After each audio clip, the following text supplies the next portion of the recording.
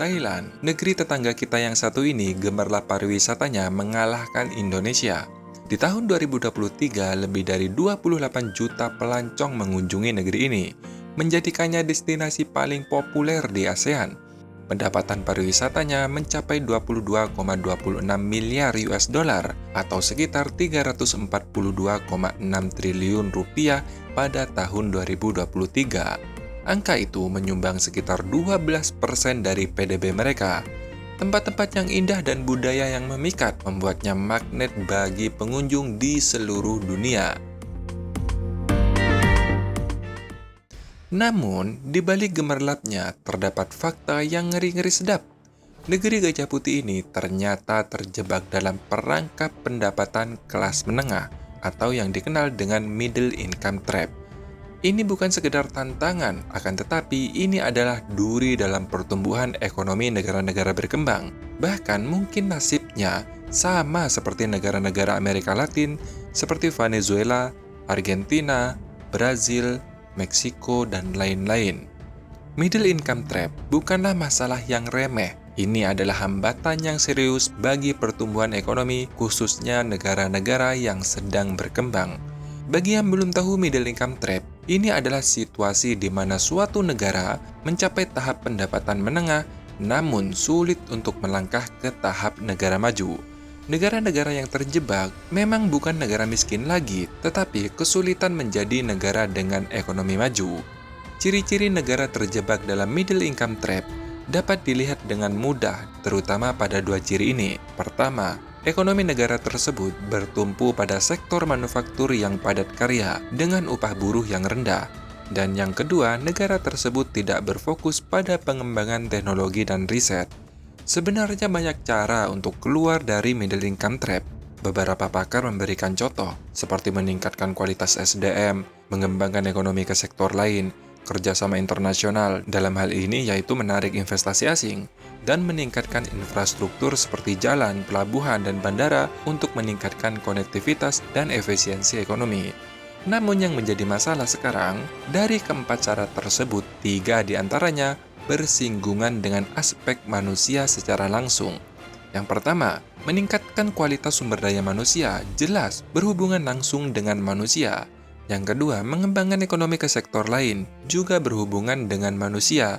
Begitu pula dengan yang ketiga, yaitu kerjasama internasional, yang diharapkan nantinya dapat menarik investasi dan pada akhirnya membuka lapangan kerja. Tentu, pada ujungnya memerlukan keterlibatan manusia, yaitu pekerja.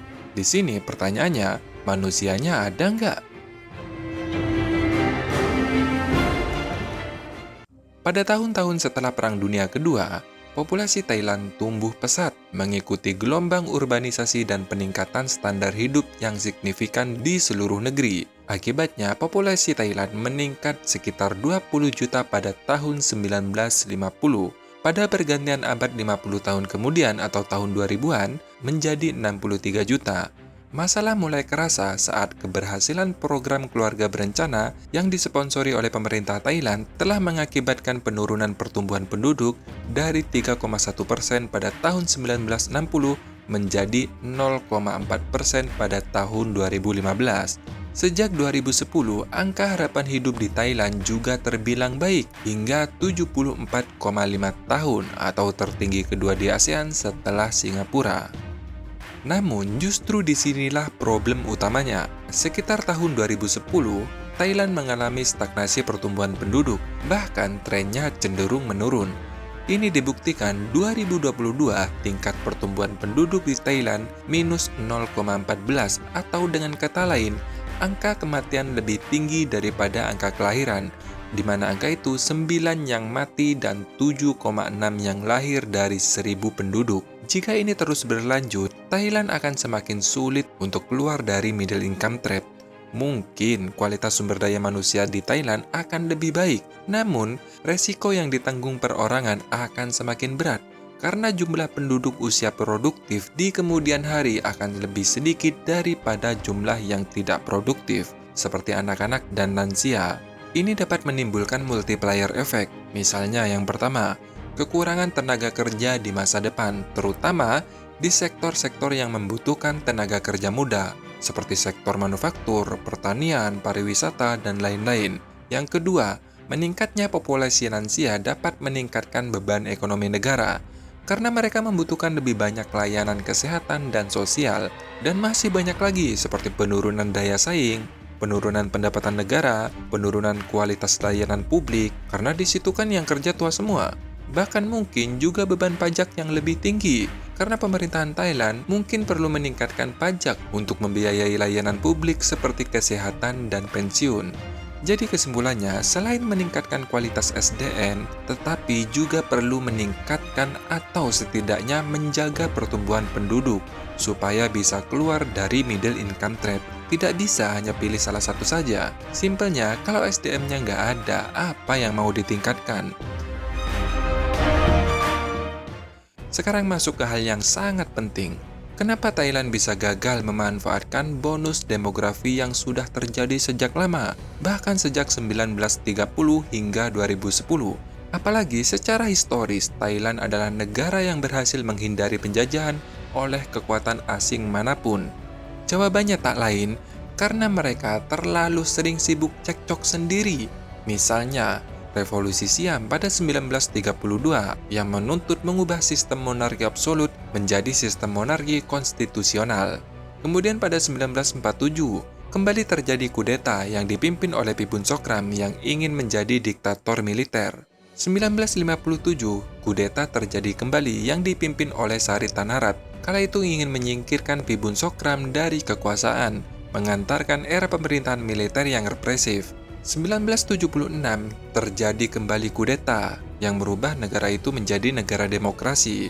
Kudeta terjadi kembali pada tahun 1991 yang dipimpin oleh Sucinda Kaprayon. 2006 terjadi kembali kudeta yang ingin menyingkirkan Thaksin Shinawatra dari kekuasaan. 2014 kudeta terjadi kembali, bahkan lebih parahnya lagi balik ke junta militer. 2019 terjadi protes besar-besaran akibat pemilihan umum yang kontroversial. 2020 hingga saat ini, protes masih belum selesai, yaitu tentang tuntutan reformasi demokrasi dan pengunduran diri dari Prayut Chan-ocha. Nah, kalian yang punya otak dikit, pastilah paham apa yang dapat kita pelajari dari Thailand. Jangan sampai yang terjadi di Thailand menimpa negara kita. Alangkah baiknya jika kita bersatu menatap masa depan Indonesia yang lebih baik daripada sibuk saling menyalahkan satu sama lain. Jadi ingat kata Roy Bennett, masa lalu bukanlah tempat tinggal, melainkan tempat untuk dikunjungi. Hal ini senada dengan Leonard, masa lalu adalah milik kita untuk kita pelajari, namun masa depan adalah milik kita untuk diciptakan. Semoga informasi ini bermanfaat. Terima kasih sudah menonton dan sampai jumpa.